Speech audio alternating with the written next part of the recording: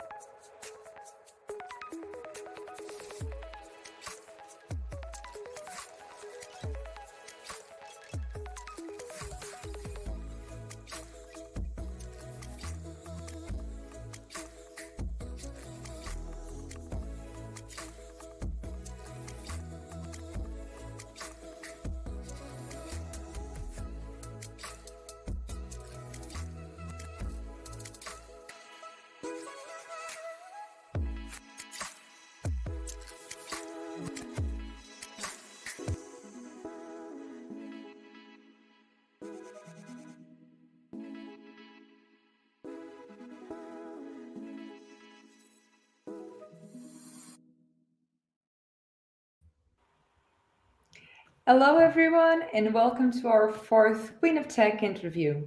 My name is Catarina Perto Salteiro, and I am the Director of Global Communication and Brand at Defined.AI. And today, I'll be yours for another chat with an incredible woman. As we celebrated the International Women's Day this month, and as a strong gender equality advocates we are at Defined.AI, we are conducting a series of interviews throughout the month of March with amazing women in the tech industry. Every Tuesday, a new interview is up with stories of strong and fierce women who thrived in male dominated industries.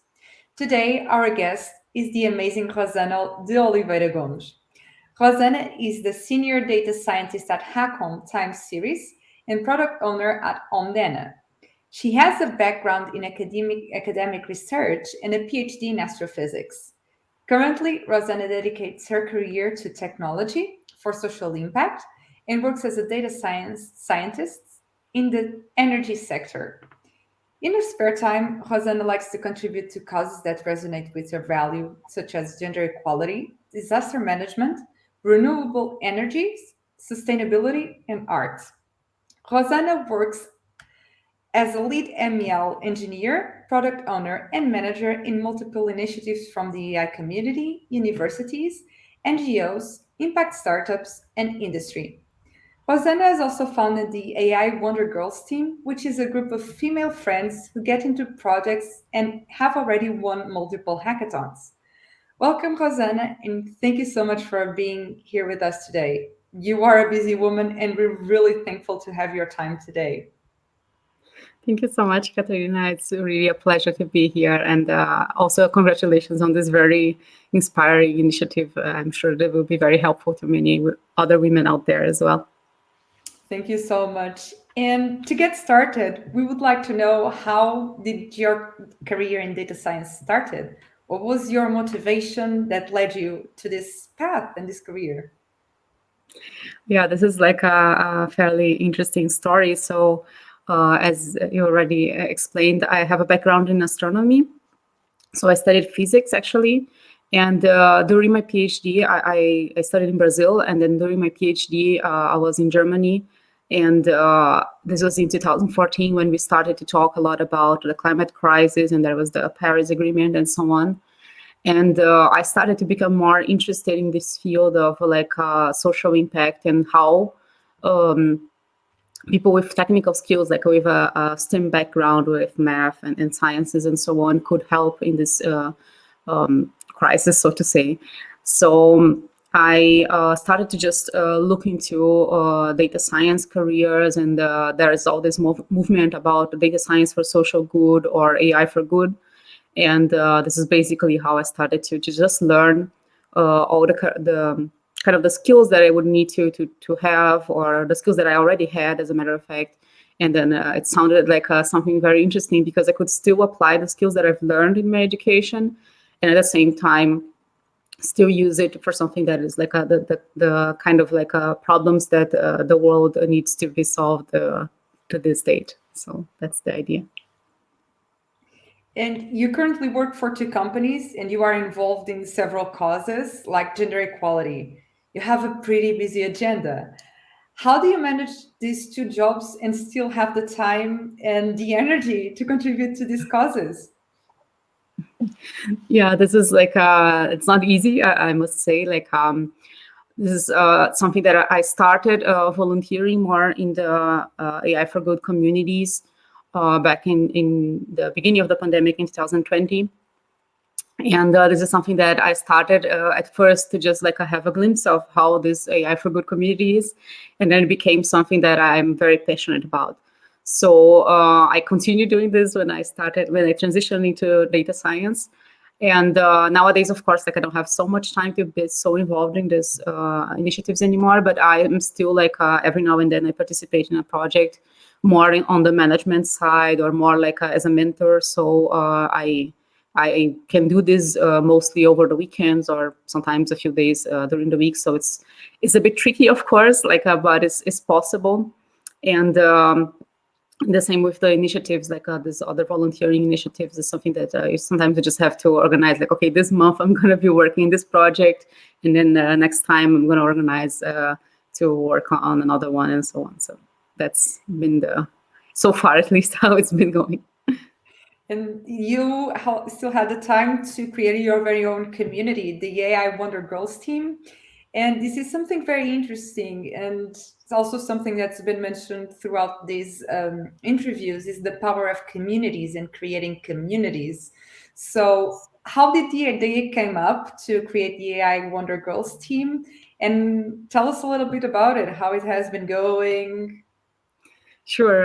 Yeah, this is also like a really kind of a nice surprise that came out of all this kind of on my journey, so to say, so far in the data science space, because volunteering data science is something that a lot of people and a lot of places are doing these days. Like there are many communities out there, and I started with Omdena. There are many others, and one thing that we always notice is that there are the gender gap also happens in the volunteering spaces, of course. Like you see still like more women there than you would see necessarily like in the corporate world, but there are still like not so many. So when you kind of like keep coming back to those projects, you kind of meet each other again, and then at some point you kind of become friends, because like I don't know, there are people that I already know for like I don't know over 2 years. We never met. We are all like spread all over the world, but we've participated in many projects together.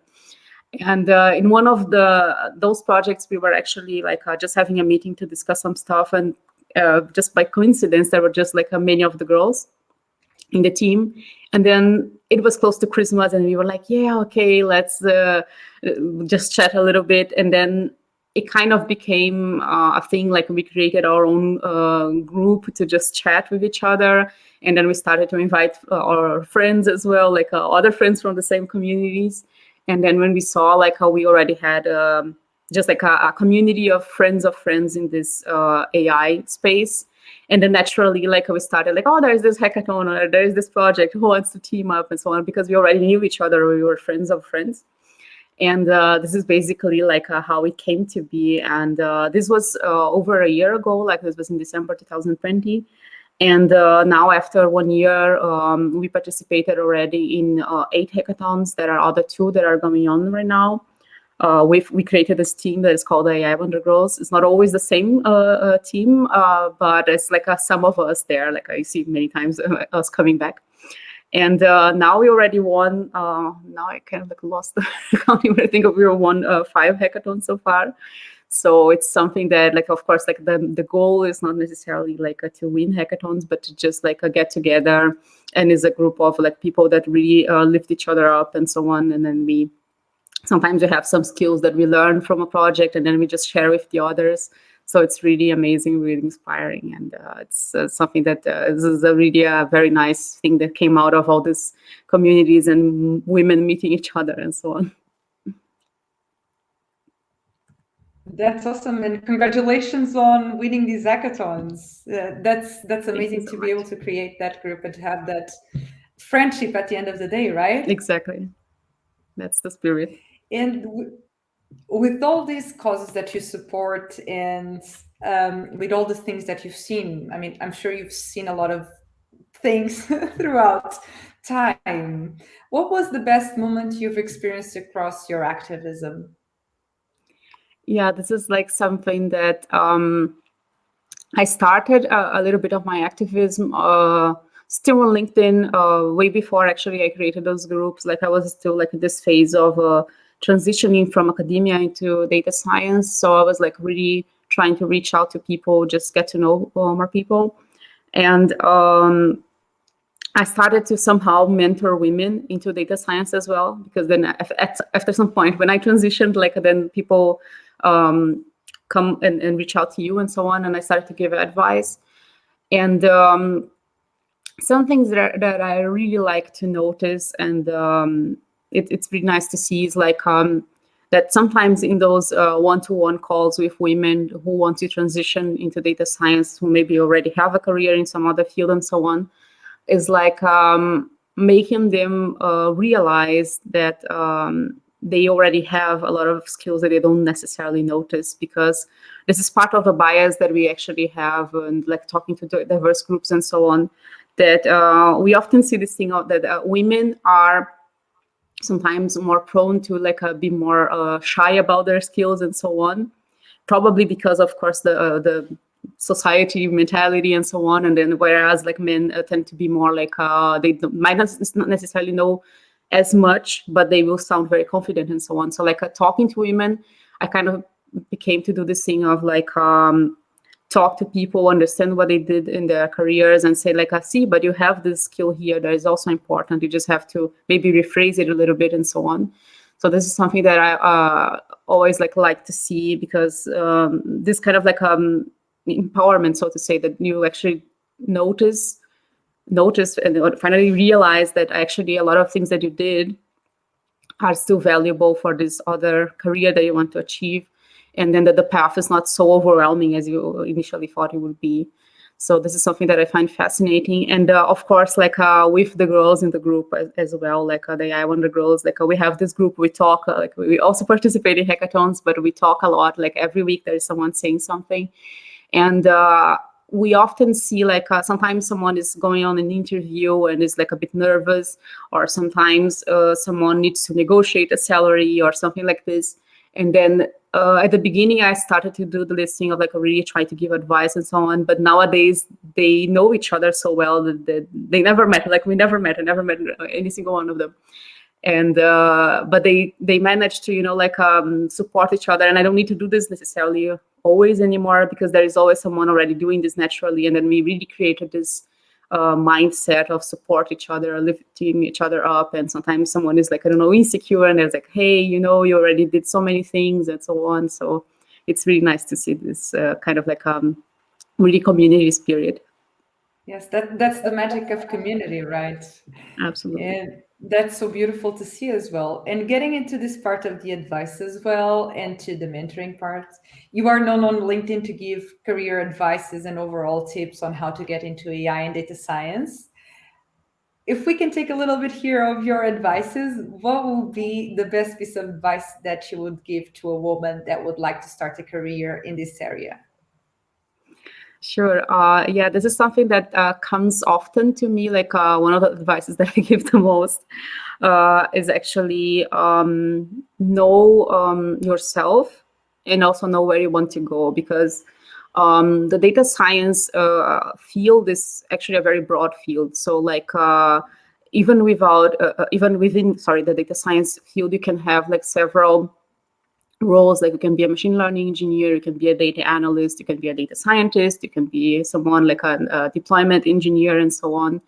And within the techniques, you can also like specialize yourself in computer vision, or I don't know, in text analysis, or in predictive analytics. And there are also sectors. So like you can work in the energy sector, or you can work in healthcare sector, or so many others. So like understanding those things, like having those like simple questions, so to say, like for example, don't necessarily need to say like, oh, I want to work in this specific sector, but knowing, for example, I like healthcare very much, but I don't think I would like to necessarily work as someone in the healthcare sector. I would rather work, in my case, like in the energy sector or something related to sustainability. This makes it much less overwhelming because the things that I need to learn, the most used techniques, for example, like maybe for the energy sector, knowing more about analytics and predictive modeling is more relevant than knowing about computer vision, for example. Not there, of course, there aren't any applications, but it basically makes you channel the path that you need to follow. So knowing the sectors you are interested in, knowing the kind of like a data science work that you would feel more comfortable to learn or to just work on a daily basis would give you some direction of what to follow. So like you can be more interested in modeling and programming and so on, or you can be more interested in, like, I don't know, working with visualizations and creating dashboards and things like that. So knowing the direction you want to go and the kind of stuff that you like to do will give you some notion of what to look into. So that's the idea. Thank you so much for this great advice. Everyone listening, take notes, because this is a great advice. And going now a little bit more towards the part of role models, who is a role model for you? Maybe with the risk of being a bit cliche, but I think my role model is for sure my mother. Because I grew up in a family that was basically like lots of women. So I have three sisters, and I grew up mostly with my mother. And I never saw her like, I don't know, being weak. I'm sure that there were moments of weaknesses or vulnerability, but I always saw her like just saying like, oh, this is the challenge, and let's go for it. Let's see if it doesn't work, at least I tried. So I think this is something that is always very like strong in me, that like whenever I have to work on something, be it like because I'm tired or because it's a challenging, technically challenging project or something, I always think like, I just have to maybe take a moment and continue. And as long as I don't give up, things will be well, or at least I know that I tried my best. So this is something that I for sure learned from her. So that's that I think that's kind of like the strongest feature that I have, like, or a characteristic that I have in me. So great. And what changes would you like to see in the tech world in the next couple of years? So one thing that I really expect to see in the future is that we don't really need to like celebrate like a special days like for women or for minorities or for people of color and so on, because this is normalized. And I know that this requires a lot of change, like even like fundamental changes in the sectors and so on.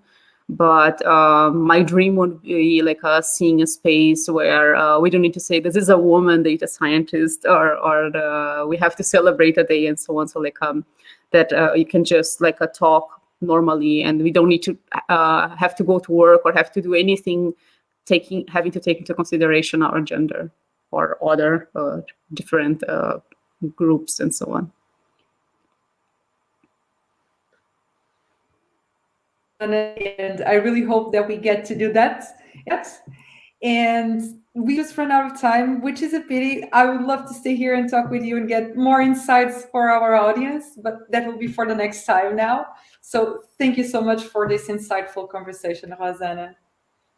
Thank you, Catherine. It was really a pleasure. And to everyone who's tuned in, make sure you don't miss out next Tuesday interview here on our LinkedIn as well. See everyone soon. Defined AI, enabling creators of the future.